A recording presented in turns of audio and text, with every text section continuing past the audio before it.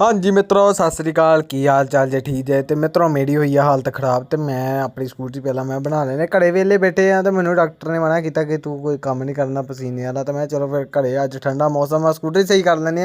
तो फिर मैं की अपनी स्कूटरी डै पै सही करना। तो नट नुट कस के फिर की बैटरी कसी क्योंकि स्टार्ट नहीं होनी ही। तो बैटरी बूटी दी दी मैं चंगी तरह कस के फिर इहदा पाया कि फ्यूज़ उड़ गया सी। फ्यूज़ भी नवा पाया।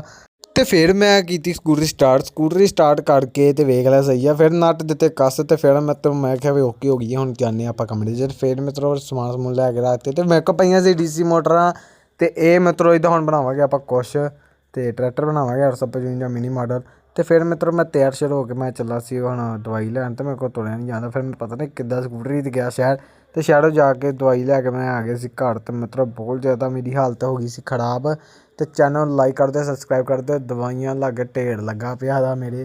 तो मित्रों मिलांगे next vlog. Thank you so much मित्रों बाय।